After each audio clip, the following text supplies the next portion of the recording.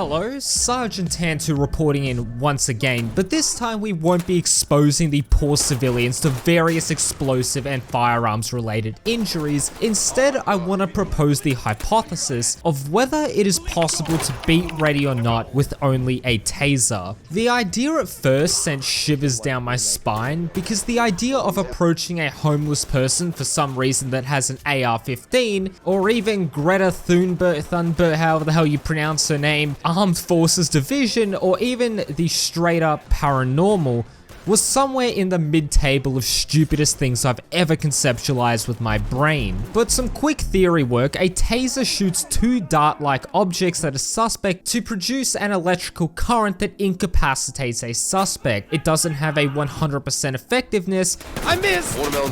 It can even start fires, which caused the police down here to go from a spicy mist to silly string, and it has a range of about 10 meters. It doesn't seem that good of a thing to use when you have a barrel loaded with 7.62 NATO aimed at your face, used by a person that makes pro CSGO players blush. But this thing might actually be one of the most overpowered things in the game.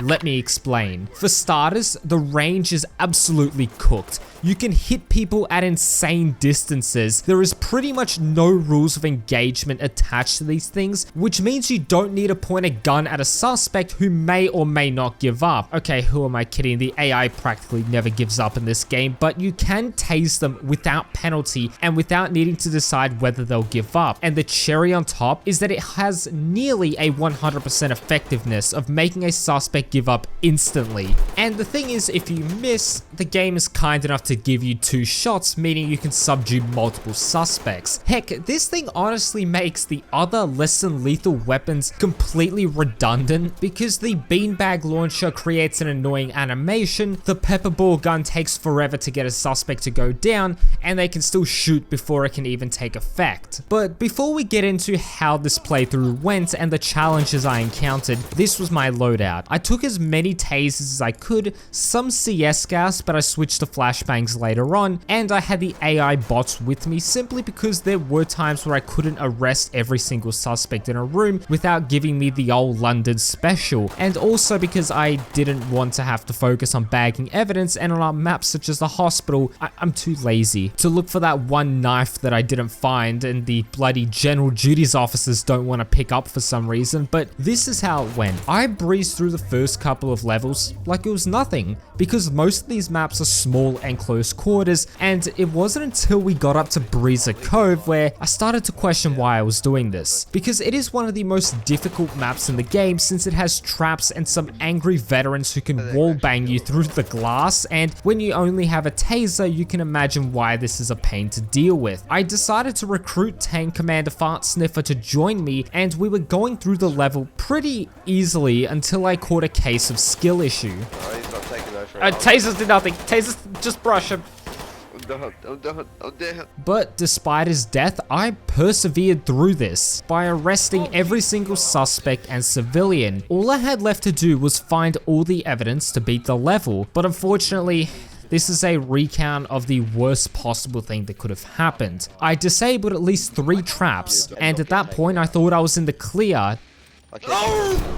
Oh my fucking god. But despite this little setback, we did pass the level with a good score. The next challenging map was the Vole House, which actually wasn't that difficult if you follow this route and avoid all the open spaces until towards the end. But don't do what I did and try to use the pepper spray when you're out of taser ammo, because I got blocked into the corner and essentially beaten to death.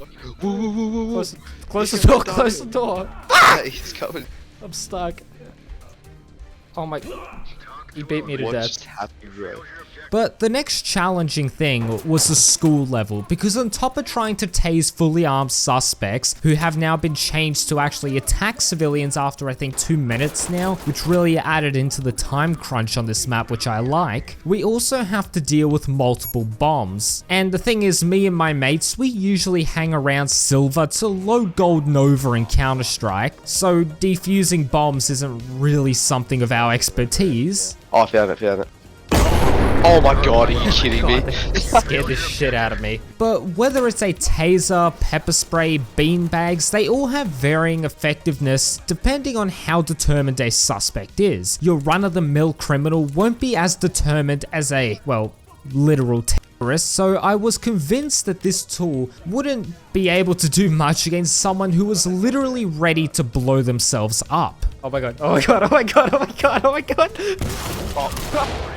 But the next, and possibly one of the most infamous levels in Ready or Not, is Greased Palms. The biggest challenge for a taser on this map is what I like to call a kill zone. Simply because if you enter it, you get killed from left, right, above, and beyond. Gas grenades do help until a suspect decides to have immunity to them, but what I found works is to clear out the lobby and then the customs or side area, whatever it's called, and then throw smokes close and deep and have the AI try to arrest the suspects before they have a chance to change their mind. But due to the sheer amount of suspects, the biggest challenge is ammo, and I found myself with no tasers left, no more utility, and a stubborn friendly AI who couldn't do the most basic of things like throw a flashbang or gas grenade towards the last suspect. I essentially ran into this suspect like a social worker, trying to use my words to try and de-escalate the situation. Does it surprise any of you that I got mowed down and had to redo the entire grueling level all over again? So clearly the taser in close quarters map is just nuts, because the big ass hotel and the Donald Trump map were piss easy and no challenge at all, and even the farm that I had a mental breakdown with, just gonna be fully transparent here, I wanted to beat the entire game before I made the ultimate tier list, and that level just broke me with a gun. I had to install the no crack AI mod, and with a taser, it was just so easy. But it wasn't until I got to the car dealership where let me tell you, the problem with this map is the abundance of glass and also open spaces, which I honestly thought I could cheese the glass, because I kind of thought that maybe they didn't model in the fact that a taser can't go through it, but it can't. It can, in fact, not go through it. But it's also the fact that enemies can cheese you in between cars and tight spots, and this is probably the worst map of the whole game to use a taser on, because suspects, for starters, just wouldn't be affected by gas, and I get clapped by enemies I couldn't even see, and there would simply be too many suspects at one time I had to try and arrest, and the bots would just refuse to arrest them, leaving me vulnerable. You can tell by my reaction when I beat this level where my mental state was.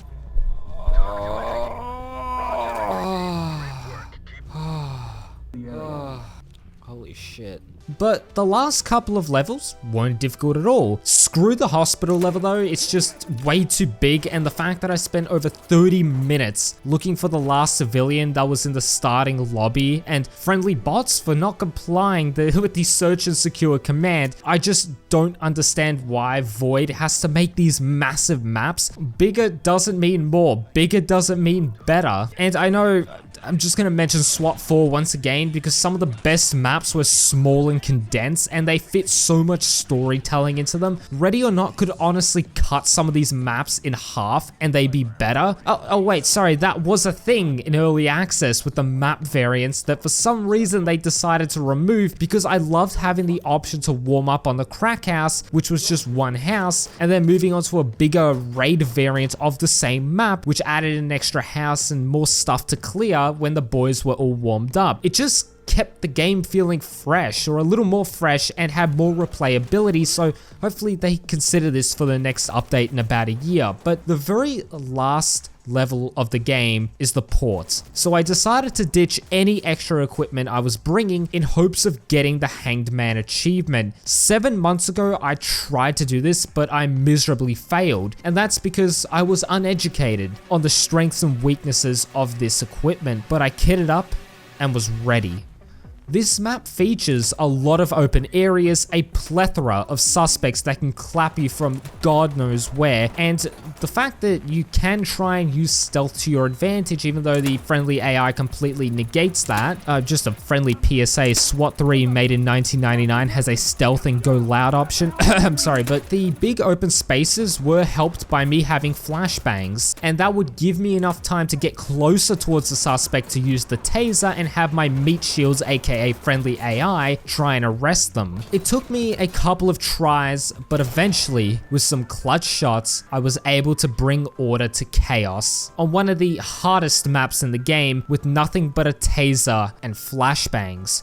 Moral of the story, the game can absolutely be beaten with only a taser and some utility, and as a matter of fact, I think it's honestly easier to do to get an S score with, let's say, something compared to like a beanbag gun, because the taser has no rules of engagement, no nothing, and it can just dominate the enemy. Now, why would you try to beat the game with a taser? I just thought it would make a good video, and you also get bragging rights because you can get some pretty easy S scores on every map, and you can do that to your buddies.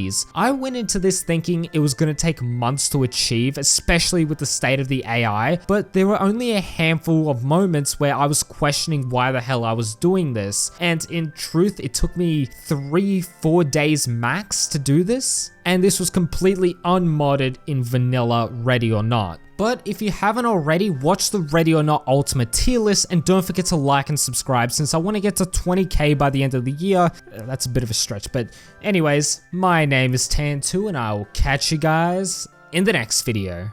Peace.